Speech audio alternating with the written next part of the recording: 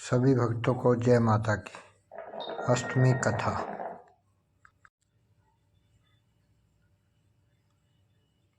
नमः। ओम दुम दुर्गाय नमः। शारदीय नवरात्रि की अष्टमी तिथि की महाअष्टमी की आप सभी को हार्दिक शुभकामनाएं। माँ भगवती जगदम्बा दुर्गा की कृपा सदैव आप और आपके समस्त परिवार पर बनी रहे और आपकी हर प्रकार की कामना माँ दुर्गा पूर्ण करे। दोस्तों, आज की वीडियो में मैं आपसे बात करने वाली हूँ नवरात्रि की अष्टमी के बारे में। अष्टमी तिथि के दिन माँ भगवती दुर्गा के 8वें स्वरूप माँ महागौरी की पूजा की जाती है।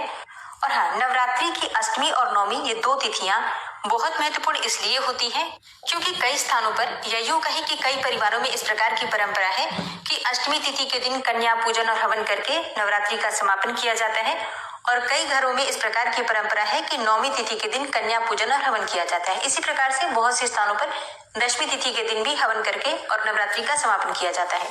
तो ये परिवार की जिस प्रकार से परंपरा होती है उसी प्रकार का पालन हम सभी करते हैं। आपके यहाँ अगर अष्टमी की जाती है, आप अष्टमी के दिन करेंगे कन्या पूजन, और जिनके यहाँ नवमी करी जाती है वो नवमी के दिन कन्या पूजन हवन इत्यादि करके नवरात्रि का समापन करते हैं।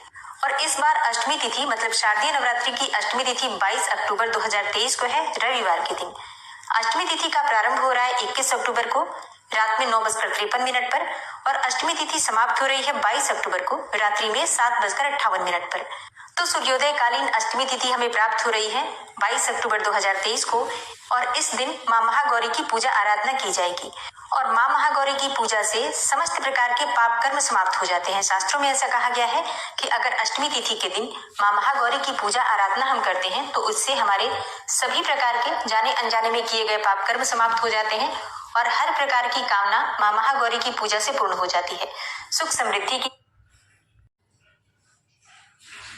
ऐसा कहा जाता है कि माँ महागौरी की पूजा से धर्म, अर्थ, काम और मोक्ष चारों पदार्थों की प्राप्ति हो जाती है। इसलिए नवरात्रि में अष्टमी तिथि विशेष रूप से बहुत महत्वपूर्ण होती है। तो आज के दिन किस प्रकार से माँ महागौरी की पूजा आराधना करनी चाहिए, किन मंत्रों का जप करना चाहिए, कौन सी वस्तुएं माँ को अर्पित करें, जिसकी जो बहुत महत्वपूर्ण है, पूरा जरूर देखिए। और हाँ, अगर आपको आज की वीडियो भगवान सूर्यदेव को जल अर्पित कीजिए। इसके बाद अपने घर के मंदिर में आ जाइए जहाँ पर आपने माँ दुर्गा की चौकी स्थापित की है। अब आपको सबसे पहले सभी देवी देवताओं को अपने दोनों हाथ जोड़कर प्रणाम करना है। फिर माँ के समक्ष शुद्ध आसन डालकर बैठ जाइए।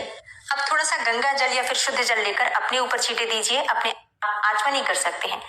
चौथी बार अपने हाथ में जल लेकर हाथ धो लेना चाहिए। ओम ऋषिकेशाय नमः इस प्रकार से मंत्र बोलते हुए आचमनी करने के बाद आप अंदर से बाहर से सब तरफ से शुद्ध हो जाते हैं, शुद्धिकरण हो जाता है मन का पूजन। इसके बाद माँ दुर्गा की विशेष पूजा होगी माँ महागौरी स्वरूप में।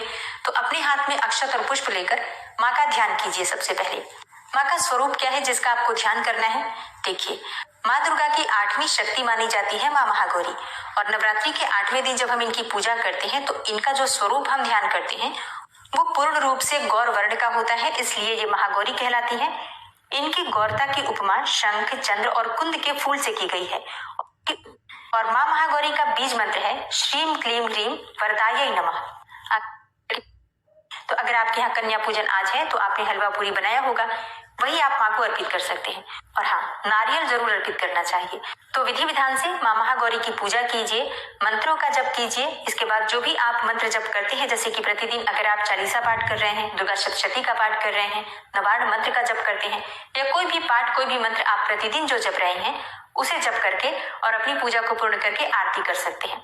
और हाँ, तिथि पर माँ दुर्गा को लाल चुन्नी अवश्य अर्पित करनी चाहिए। आप चाहे तो साड़ी या फिर अपने लिए सूट चढ़ाकर भी माँ को फिर बाद में स्वयं प्रयोग कर सकते हैं, या फिर लाल चुन्नी जो मिलती है माता वाली आप वो भी चढ़ा सकते हैं, लेकिन जरूर चढ़ाइए। अगर आपने प्रतिपदा तिथि पर चढ़ाया था तब भी आज आपको चढ़ा देना चाहिए, क्योंकि आज माँ महागौरी की पूजा से जो फल आपको प्राप्त होगा वो पूरी नवरात्रि में नहीं मिलता है। इसलिए अंतिम दिन अष्टमी और नवमी बहुत महत्वपूर्ण है। और हाँ, जैसे कि पूजन करना चाहते हैं, बिल्कुल कन्या पूजन भी कर लीजिए। दिन में किसी भी समय मंदिर जाकर आप पूजा कर सकते हैं, शाम के समय भी जा सकते हैं, कोई समस्या नहीं है। तो मंदिर जब आप जा रहे हैं तो पूजा की सभी सामग्री लेकर जाइए और एक नारियल लेकर जाइए। पूजा वाला नारियल जो कि हम मंदिर में पूजा में चढ़ाते हैं वही नारियल हमें चाहिए। उस नारियल पर आपको स्वास्तिक बनाना है रोली से। फिर एक चुन्नी लपेट लीजिए और कुछ दिए लेकर जाइए अपने साथ। आप चाहे तो 9 दिए ले सकते हैं या फिर एक दिया तो जरूर ले लीजिए। और मंदिर में जाकर दीप दान कीजिए, माँ की विधि विधान से पूजा कीजिए। भोग के लिए आप सामग्री लेकर जा सकते हैं, कोई आ रही हैं उसके लिए माँ से क्षमा प्रार्थना कीजिए और उनसे प्रार्थना कीजिए कि आपकी सभी भूल को क्षमा करके आपको एक स्वस्थ और दीर्घायु संतान की प्राप्ति हो, उत्तम संतान की प्राप्ति हो। इस प्रकार से प्रार्थना कीजिए, विश्वास कीजिए आपकी कामना पूर्ण होगी। मन में विश्वास से करेंगे।